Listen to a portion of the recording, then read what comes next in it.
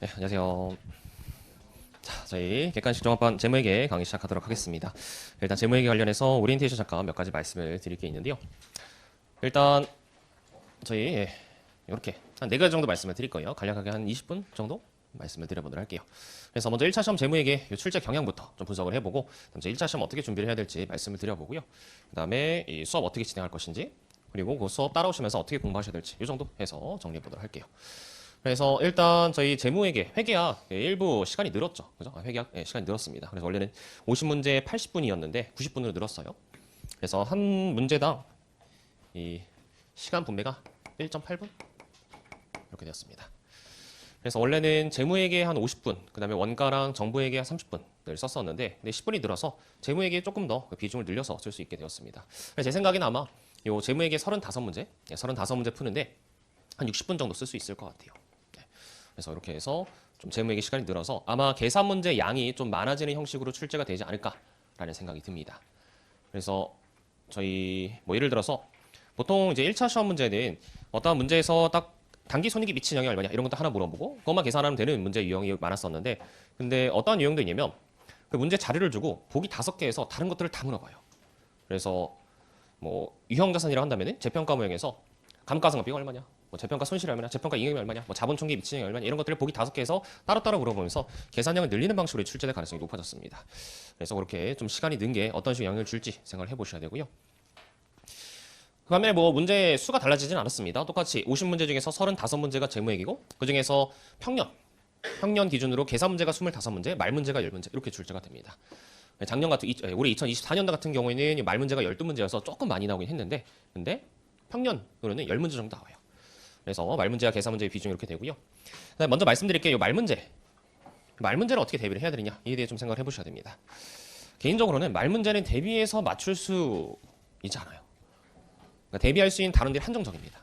여기 나와 있는 한 6가지, 7가지 단원 정도는 출제되는 말 내용들이 정형화되어 있고 어디가 이제 나온다라는 것들이 어느 정도 경험치가 쌓여서 대비를 할 수 있는데 다른 단원들, 뭐 예를 들어서 뭐 주당위기에서 말 문제가 뜬금없이 나온다. 그다음 리스는 좀 나오긴 하고요. 그다음에 뭐 어디가 있을까요? 주식기능보상 이런 데서 나온다. 그러면은 저희가 그 별도로 그런 말 문제를 공부하기 위해서 대비하기 위해서 뭐 기준서를 읽는다든지 기본서를 뒤져본다든지 공부하는 방식으로 대비할 수가 없습니다. 왜냐면 양이 너무 많아요. 그죠? 계산 문제 풀기도 바빠 죽겠는데 그 말 문제를 위해서 기본서를 다시 읽어본다? 그건 굉장히 비효율적입니다. 그래서 어떻게 대비를 하실 거냐면 저희가 이 재무회계 다론에서 말 문제가 주로 나오는 이 파트들이 총 7가지가 있습니다. 여기에 고급 회계 쪽도 몇 단원인데 근데 고급 회계 쪽 말 문제는 정말 이제 다른 나라 얘기이기 때문에 대비하기 쉽지는 않고 이렇게 주로 나오는 단원들 위주로만 말 문제 대비할 거예요. 그럼 다른 단원들에 나오는 말 문제들을 어떻게 해야 되느냐? 그거는 계산 문제를 공부하시면서 중간중간에 제가 이론 내용 설명드리는 거를 이제 다시 복습하실 때 보시면서 계산 문제를 통해서 대비하시는 수밖에 없습니다. 그래서 말 문제 이거 더 맞추기 위해서 공부를 더 해야 되는 거 아닌가요? 뭐 더 할 수 있어요. 근데 말 문제 공부를 더 하시면 계산 문제 공부량이 줄어듭니다. 세법 공부량이 줄어들고 다른 과목에서 공부해야 될 양이 줄어들기 때문에 전략적으로 다른 내용 공부해서 점수를 덜 따기 위해서는 말 문제를 조금 공부 비중을 줄이시는 게 좋다. 그래서 말 문제는 이렇게 7단원. 개념체계부터 시작해서 재고자산, 유형자산, 무형자산, 충당부채, 금융자산부채, 그리고 투자부동산 정도까지 이 정도까지 해서 대비를 하실 겁니다. 그리고 말 문제는 저희가 어떻게 수업을 진행할 거냐면 이론 솔루션 책을 보시면은 이 이론 솔루션 책이 말 문제를 위해서 준비되어 있는 게 있어요. 이론 솔루션 책 보시면은 각 단어 맨 뒤에 OX 퀴즈가 있거든요. OX 퀴즈. 그래서 예를 들어서 뭐 52페이지, 49페이지, 52페이지 이런 데 보시면은 실제 기출되었던 말 문제들을 다 수록했습니다. 이건 제가 실제 기출 문제에서 하나도 빠짐없이 다 붙여넣기 해놓은 거예요.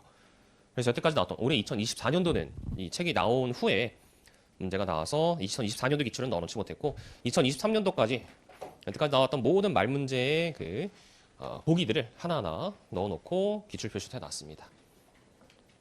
그래서 말 문제는 각 단원들 공부하시면서 뒤에 OS 퀴즈 이렇게 밑에 답 가려놓고 복습하시면서 계속 반복해서 눈에 바르는 식으로 공부를 하시면 될 거예요. 그래서 말 문제는 OX 퀴즈로 대비하시면 되겠다. 그렇습니다. 그래서 저희 수업 시간에 중요한 말 문제 문장들은 몇 개 또 체크하고 넘어갈 거니까 말 문제는 그 정도로 끝내시고 그다음 계산 문제 자 이게 문제가 됩니다. 계산 문제 25문제에 대한 계산 문제인데요. 일단 그 계산 문제를 좀 분석을 해보면은 이렇게 두 가지 차원으로 분석을 해볼 수 있습니다. 빈출되는 주제와 지역적인 주제, 그리고 기본 문제. 빈출적인 주제라고 하더라도 뭐 기본서 예제 수준의 기본적인 문제와 함정을 넣어놓은 응용된 주제, 응용된 문제 이렇게 해서 네 가지로 나올 수 있는데 일단 이쪽은 제가 당연히 대비할 수가 없습니다. 지역적인 주제인데 응용이 된다? 아마 1차 시험은 이런 내용은 아마 35문제 중에서 한 문제 나올까 말까 정도이기 때문에 이쪽은 당연히 대비하시면 안 되겠고, 그리고 이 지역적인 주제 중에서 기본적인 주제는 일부만 대비를 할 거예요. 그래서 이 친구들은 심화 문제 이런 데에 들어가 있으니까 일부만 대비를 할 겁니다. 그렇다고 해서 이걸 다 가져갈 수는 없어요. 그래서 뭐 2차 시험에 한두 번 나왔던 그런 지역적인 주제를 나올 것을 대비해서 공부한다? 불가능합니다. 그래서 저희 이 기출 솔루션 기본편은 어디에 집중이 되어 있는 문제냐면 요쪽. 네. 빈출된 주제. 여태까지 자주 나왔던 주제들 위주로 수록되어 있는 문제들입니다. 그 문제집이에요. 그래서 이 500제 안에 여태까지 나왔던 그 기출 문제들 중에서 중복된 주제들은 다 덜어내고, 그리고 그 대표 문제들에 또 추가적으로 나올 수 있는 부분들까지 다 메꿔서 그래서 꼼꼼하게 빈출된 주제들은 다 커버할 수 있게 좀 수록을 해놨습니다. 그래서 나온 문제들은 다 수록해놨고, 나오지 않은 문제들도 이런 주제가 나올 수 있을 것 같다 이런 것들을 뭐 별에나 아니 만든 문제에 커버를 해놨으니까 500제만 꼼꼼히 보시면 최소한 이 35문제, 이 25문제 계산 문제 중에서 20문제 이상은 안정적으로 맞출 수 있을 거예요. 다만 이제 중요한 것은 시간이죠, 시간. 이 문제들을 아까 말씀드렸던 요 60분 내에 풀 수 있느냐. 그래서 뭐 말문제 한 문제 푸는데 1분씩 쓴다고 한다면 말문제에서 10분을 쓰면은 계산 문제는 50분을 쓸 수 있죠. 그럼 그 50분 만에 25문제를 푸셔야 되는데 한 문제당 2분을 쓴다고 한다면 이게 만만한 시간이 아닙니다. 한 문제 푸는데 2분을 쓴다? 그러면은 한 30초에서 1분 정도는 그 내용을 읽어보고, 그다음 내용이 무엇인지 파악한 다음에 자료 정리하고 계산까지 해서 문제를 완벽하게 풀어내는데 2분 컷 내로 푸시기에는 이게 쉽지가 않습니다. 생각보다. 그래서 여러분들이 이 문제집을 푸시면서 좀 집중을 해야 될 것은 요 기본 문제 만만하게 보지 마시고, 빈출 문제라고 하더라도 만만하게 보지 마시고 빠르게 시간을 끊어내면서 최대한 빠르게 풀어내는 데 연습을 좀 하셔야 돼요. 거기 집중을 하셔야 됩니다. 쉽네. 문제 보자마자 답이 보이네. 이런 이제 그 관점으로 접근하다가는 실제 시험장에서 자료 방식, 제시 방식이 조금만 달라져도, 또는 문제에서 구하라는 게 A가 아니라 A 다음 걸 구하라고 이렇게 문제에서 보는 방식이 조금만 달라져도 손도 못 댈 수 있어요. 그래서 정형화된 문제를 빠르게 기기적으로 푸는 연습이 가장 중심이 되어야 될 겁니다. 자, 그래요. 그래서 이 주제를 위해서 기계적이고 빠르게 푸는 연습을 하시게 된다. 글씨가, 그렇습니다. 그래서 개략적으로 이렇게 1차 시험에 재무회계가 어떻게 출제가 되는지 말씀을 드렸고요. 그래서 말 문제는 이 정도만 대비할 것이다. 계산 문제도 이런 지역적인 주제들은 저희가 배제를 할 것이다. 그다음에 이 지역적인 주제를 왜 배제하고 접근 방식을 이렇게 가져간지에 대해서 좀 말씀을 드리면 1차 시험이 조금 달라졌습니다. 올해 2025년도에 시험이 개편되는 건 다 아시고 계실 거죠, 그죠? 그래서 2025년도에 시험이 개편되면서 이건 금감원 오피셜로 나온 얘기인데 1차 시험 합격자 수를 계속 늘린다고 했어요. 그래서 지금 벌써 3,000명. 그죠? 네, 3,000명. 그래서 1차 시험 합격자 수를 늘려서 그걸 어디다 써먹느냐? 1차 시험 그 합격증을 자격증처럼 쓰게 해주겠다. 그래서 너무 이 회계사 시험에 학생분들이 몰리고, 근데 실제로 실무에서 회계 관련 지식을 가지고 계신 분들은 전문 인력이 부족하다 보니까 2차 시험까지 합격하지 못하더라도 1차 시험 합격만으로도 충분히 회계 실력이 있다는 걸 검증하기 위해서 1차 시험 합격증을 그냥 다른 자격증처럼 쓸 수 있게 해준다고, 이건 금감원에서 나온 얘기입니다. 그래서 심지어는 이런 정책이 이제 발표되고 나서부터 그게 적용되는 게 아니라 소급해서 과거에 하셨던 분들까지도 1차 시험 합격증을 배포해서, 그래서 자격증처럼 쓸 수 있게, 그래서 어디 회사 입사할 때 좀 스펙처럼 쓸 수 있게 허용해주겠다라는 정책 방향을 이미 결정해 놨어요. 그러다 보니까 합격자 수는 계속 아마 증가할 거고요. 그러면은 1차 시험 난이도는 점점 쉬워지겠죠. 실제로 2023년도에 비해서 2022년도, 23년도에 비해서 2024년도 1차 시험 난이도가 굉장히 쉬웠죠. 쉬웠습니다. 들은 얘기로 쉬우셨을 거예요. 그러다 보니 어떻게 접근을 하셔야 되느냐? 쉽게 막 직업적인 내용들, 연습서. 물론 2차 시험 최종 합격을 위해서는 미리 연습서 같은 거 보시는 게 좋을 수도 있어요. 미리 보시면 동차기한테 훨씬 편할 수 있는데, 근데 지금 저희는 1차 시험 합격을 목표로 하기 때문에 1차 시험을 놓고 보면은 그렇게 어려운 내용까지 보실 필요가 없어요. 이 핀트가 좀 달라요. 어려운 내용, 지역적인 내용까지 공부해서 그래서 그 어려운 내용을 맞춰서 합격하느냐, 아니면 기본적인 문제들, 쉬운 문제들을 빠르게 기계적으로 정확하게 풀어서 합격하느냐, 이런 이제 좀 접근 방식의 차이인데 저는 1차 시험만을 위해서는 후자가 더 맞다고 봅니다. 그리고 실제로 2024년도 기출 그 시험을 보셨던 분들이 어떤 얘기가 나온 적이 있냐면 다른 문제인데 시간이 없어 못 푼다. 문제를 다 알아요. 다 그냥 뭐 기본서나 아니면은 이 기본적인 객관식 책에서 보셨던 문제인데 시간이 없어서 못 푼다. 이런 얘기가 많이 나왔어요. 왜냐? 이게 예전 같았으면 어려운 시험은 이게 풀어야 될 문제, 풀지 말아야 될 문제들이 확연히 나뉘거든요. 이건 풀었다가는 그냥 이 시간에 잡아먹혀서 다른 문제 건들지 못한다. 이런 문제들이 확실하게 눈에 보이고 이건 풀지 말고 풀어야 될 문제만 맞춰서 합격해야 돼. 이런 문제들이 확연하게 나뉩니다. 근데 2024년도 이 시험은 아까 보셨던 그 계산 문제 25문제가 다 평이해 보여요. 다 건드는 겁니다. 그래서 다 풀다 보니까 시간이 모자라네. 그래서 한 30번 정도 풀다가 뭐 이제 그냥 OMR 카드 다 찍어서 내고 이런 경우 굉장히 많습니다. 그래서 난이도가 하락했다고 해서 시험 문제 난이도가 하락했다고 해서 합격하는 게 쉬워지는 건 아니에요. 그죠? 시험 문제가 쉬운 거하고 합격하기 쉬운 건 다른 얘기입니다. 시험 문제가 쉬울 때 어떻게 접근해야지 합격 가능성이 올라가냐면 말씀드렸다시피 기본적인 문제들을 빠르고 기계적으로 풀어서 그 속도를 올리고 정확성을 올리는 게 가장 좋은 접근 방식이라고 봅니다. 그래서 1차 시험 문제가 좀 쉬워졌으니까 회계 뭐 좀 이제 이런 그 기본편만 보고 대충 기출 문제 풀다가 시험장에 들어가서 아는 문제 풀고 나오면 되겠지 이렇게 접근하시면 안 된다는 겁니다. 오히려 더 빠르게 푸는 능력을 요구한다. 그리고 여러분들의 실적인 경쟁자 이거 좀 많이 적어놨는데 여러분들의 실적인 경쟁자는 지금 옆에 앉아 계신 분들이 아닙니다. 뭐 다 아시겠지만 옆에 앉아 계신 분들이 아니에요. 진짜 여러분들이 제껴서 이겨내야 될 분들은 지금 연습서를 보고 계시는 지금 객관식 책을 안 보고 계시는 그런 실력자들. 그래서 보통 저희 이 회계사 시험의 커리큘럼이라고 하긴 좀 그렇고 보통 평균적인 그 합격 이 과정이 초이생 탈락하시고 제시했는데 연습서 보시다가 좀 안 돼서 다시 객관식 듣다가 또 좀 약간 미끄러지시고 30대 이제 연습서 제대로 각 잡고 봐서 이제 연습서 완벽하게 소화하시고 그리고 나서 1차 시험 붙으신 다음에 유예되시고 그리고 나서 합격하시고 그래서 보통 이제 한 5년 커리큘럼 4년에서 5년 정도 평균 그 합격자 공부 수험 기간이 3.9년이에요. 평균이. 그래서 보통 이제 5년 정도 이제 공부하시면은 제가 볼 때는 뭐 굉장히 훌륭히 평균보다 조금 더 하긴 했지만 그래도 훌륭히 합격했다라고 볼 수 있는 것인데 근데 아까 30대 연습서 보시고 그리고 나서 1차 시험 보시는 분들 그분들이 여러분들의 실질적인 경쟁자예요. 지금 연습서 보시는 분들이 이겨야 됩니다. 그죠? 그러다 보니까 이 시험이 만만하지가 않아요. 시험 문제가 쉬워졌네? 쉽게 공부할 수 있겠네? 이게 아닙니다. 그분들은 이미 이런 단계를 다 밟고 넘어가서 연습서를 보고 계시는 것이기 때문에 그 사람들이 이기기 위해서는 어떻게 접근해야 될까? 이걸 계속 고민을 하셔야 돼요. 더 치열하게 더 정확하게 빠르게 풀 수 있게 그래서 문제 하나하나 풀 때마다 그냥 설렁설렁 푸는 게 아니라 조금 더 치열하게 보셔야 됩니다. 그래서 시간도 재고 틀린 부분도 꼼꼼하게 리뷰하고 다음번에 안 틀리게 하기 위해서는 어떻게 문제를 접근해야 되는지 시간을 줄이기 위해서는 계산기 하나하나 치는 순서도 어떻게 마련해야 되지 이런 것들을 꼼꼼하게 보셔야 됩니다. 그래요. 수업 시간에 제가 도움 많이 드릴 테니까 같이 따라오시면 될 것 같고요. 자, 그래서 1차 시험 난이도는 하락했지만 붙는 게 합격하는 게 하락한 건 아니다. 합격하기 쉬운 건 아닙니다. 잘하고요. 그다음 저희 수업 일단 어떻게 진행할 거냐면 뭐 당연히 이론 설명하고 문제 유형 정리하고 그리고 문제풀이 틀 적용해서 문제를 풀 겁니다. 그래서 이론 설명은 이론 솔루션 책을 통해서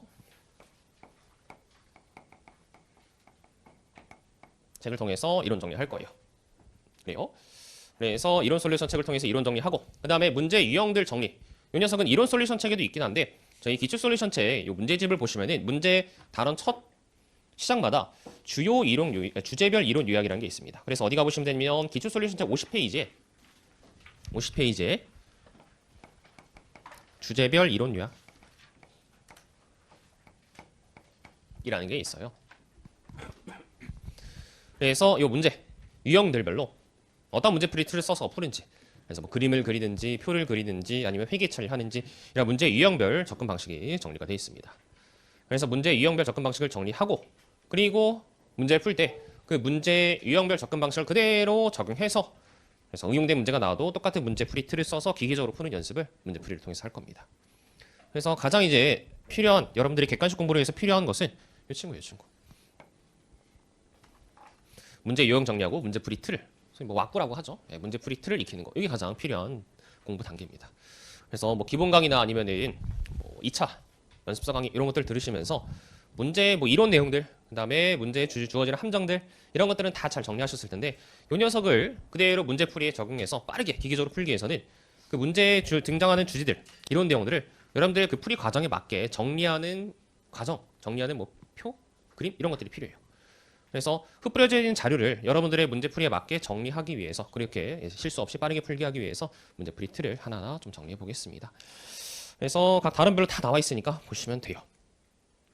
그리고 이 주제별 이유론 요약에 잠깐 말씀드릴 것은 거기 50페이지 보시면은 1번에 수익인식의 5단계, 2번에 재무제표 표시 이렇게 해서 그 타이틀에 절이 쓰여 있죠. 몇 절 몇 절 쓰여 있는데 그게 이론 솔루션 책에 이제 절을 표시하는 겁니다. 그래서 여러분들이 회독 돌리실 때 주제별 이론 요약을 보시면서 회독 돌리시면 되는데 근데 그 주제별 이론 요약에서 모르는 부분이 있다. 거기 설명 안 되는 부분이 있다. 그러면은 그 해당 이론 솔루션 책에 가셔서 그 해당 절을 찾아보시면 됩니다. 그래요? 그래서 수익 단원에 몇 절 가면은 요 내용이 있다라는 걸 표시해놨으니까 같이 활용해 주시면 좋겠고요. 자, 두 번째 말씀드릴 것은 저희 필기노트가 제공됩니다. 이 필기노트는 뭐냐면 제가 PPT를 수업 시간에 쓸 거예요. 이렇게 해서 판서를 쭉 쓸 텐데 요 판서 내용들을 그냥 프린트해서 드린 거예요.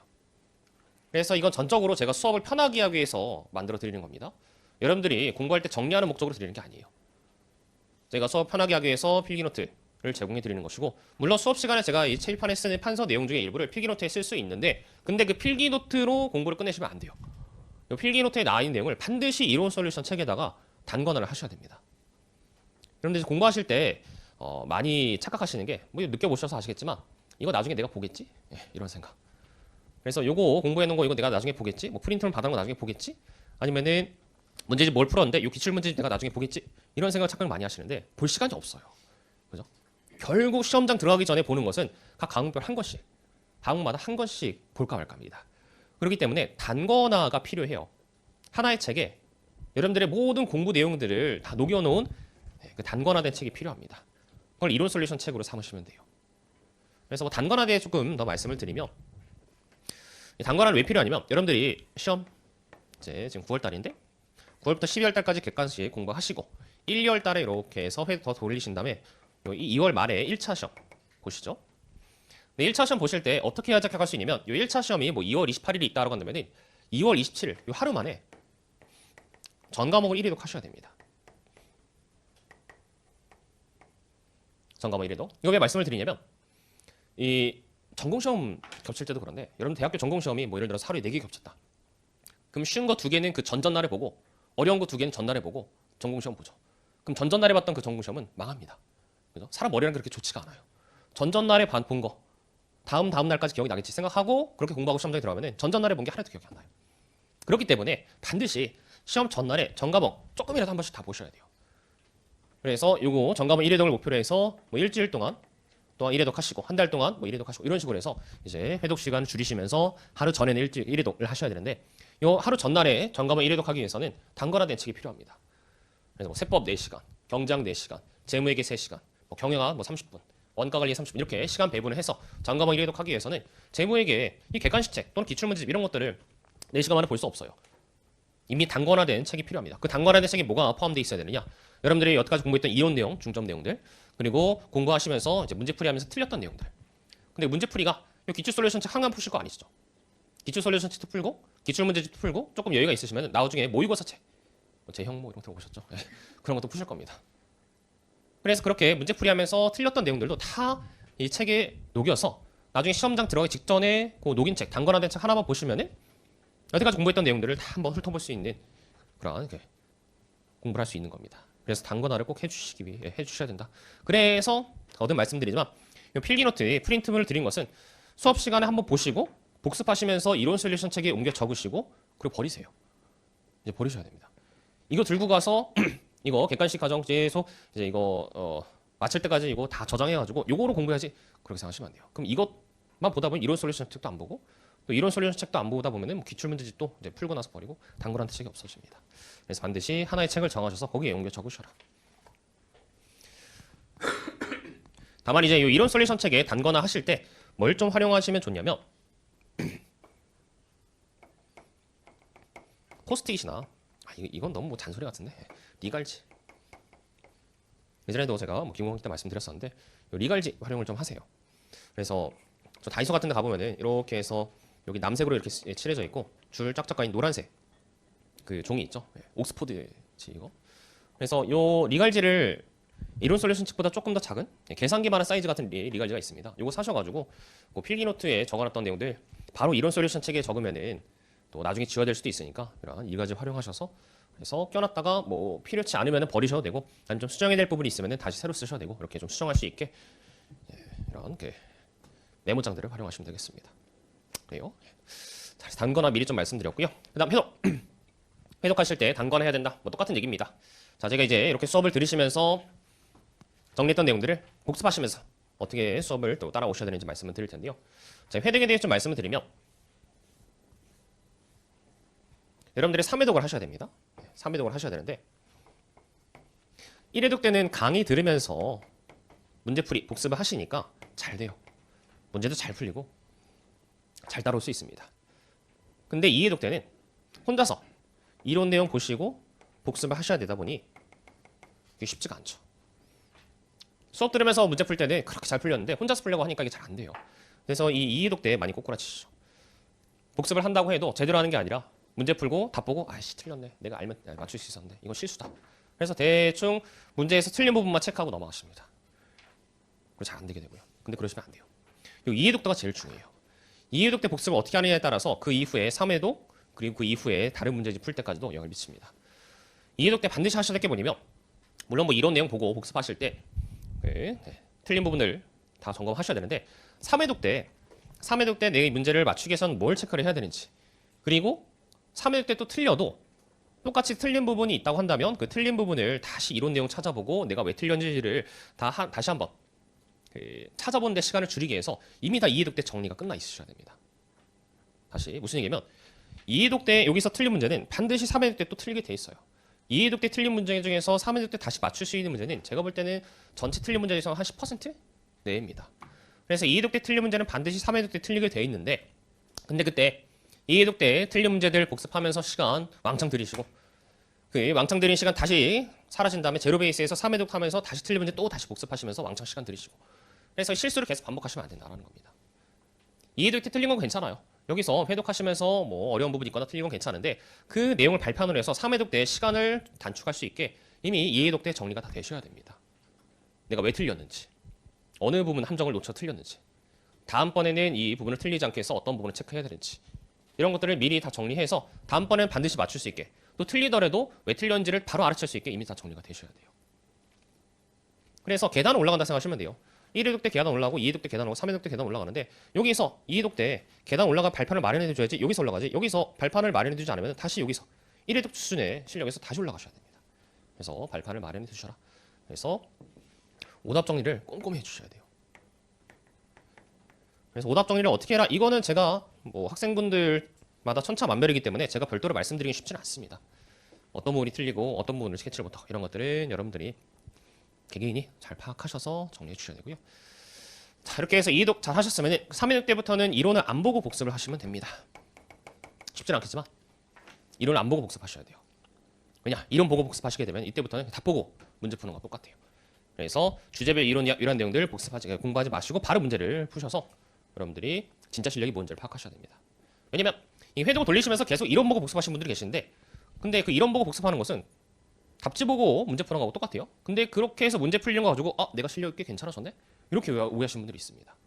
근데 실제 시험장에 들어갈 때는 이론 보고 문제 풀지 못하죠. 그죠? 당연한 겁니다. 그래서 이 2회독 때 정리한 거 가지고 평소 실력대로 3회독 때 진행하시면서 복습하시면 됩니다.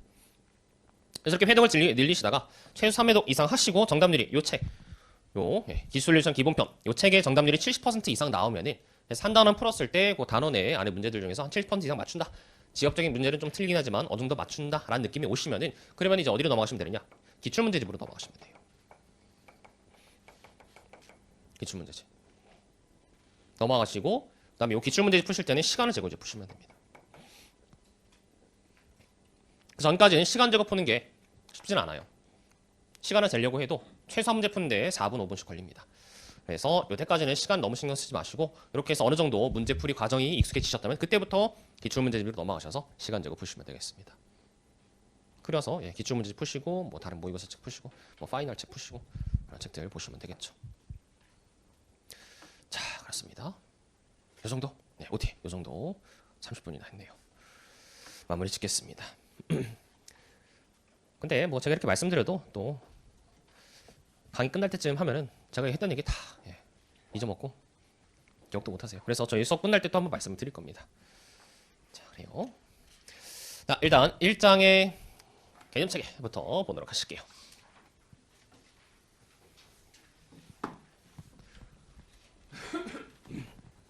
시간 진짜 빠르죠. 그죠? 벌써 9월 달입니다. 벌써 추석이에요. 그죠?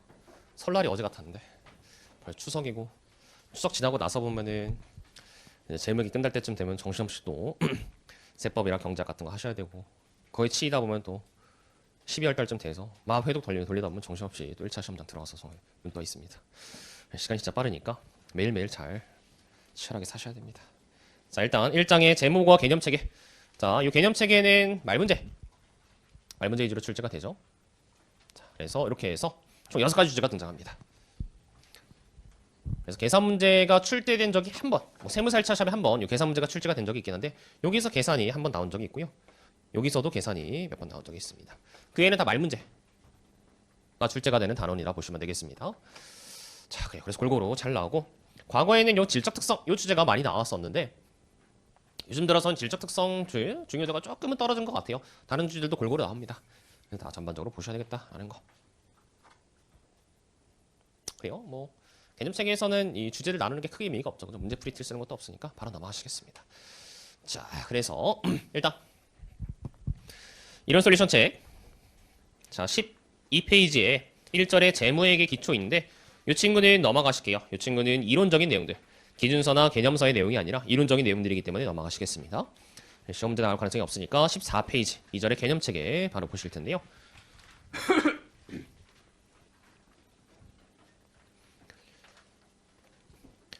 그리고 아까도 말씀드렸다시피 이렇게 말문제가 자주 나오는 단원들은 이론 내용을 좀 꼼꼼하게 설명을 드리겠습니다.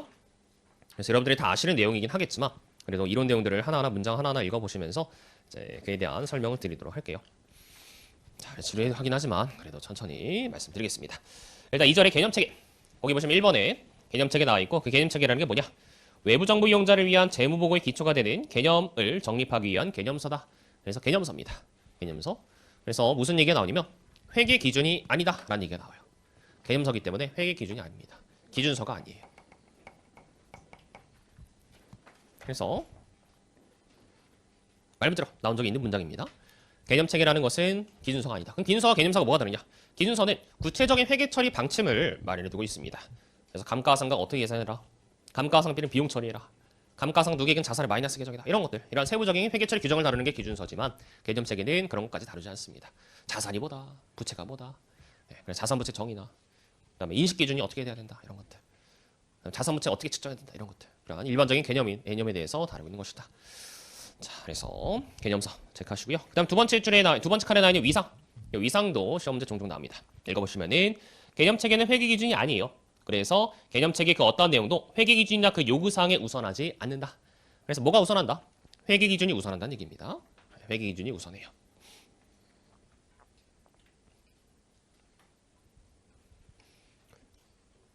자, 그렇습니다.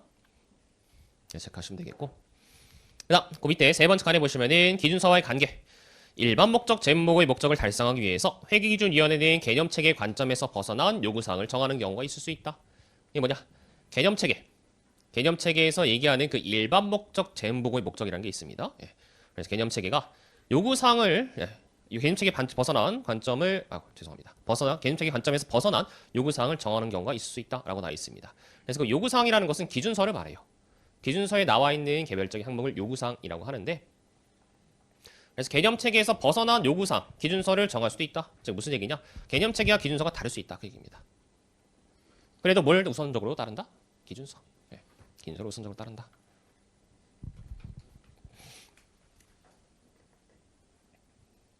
자, 그렇고요. 그래서 거듭 말씀드리는 게 이 개념체계와 기준서는 다르다. 둘이 다를 수 있다. 그러면은 기준서를 따른다. 그 얘기를 하고 있는 겁니다. 그 다음 동그라미도 읽어보셔야 돼요. 회계기준위원회가 관련 업무를 통해서 축적한 경험을 토대로 수시로 개정될 수 있습니다.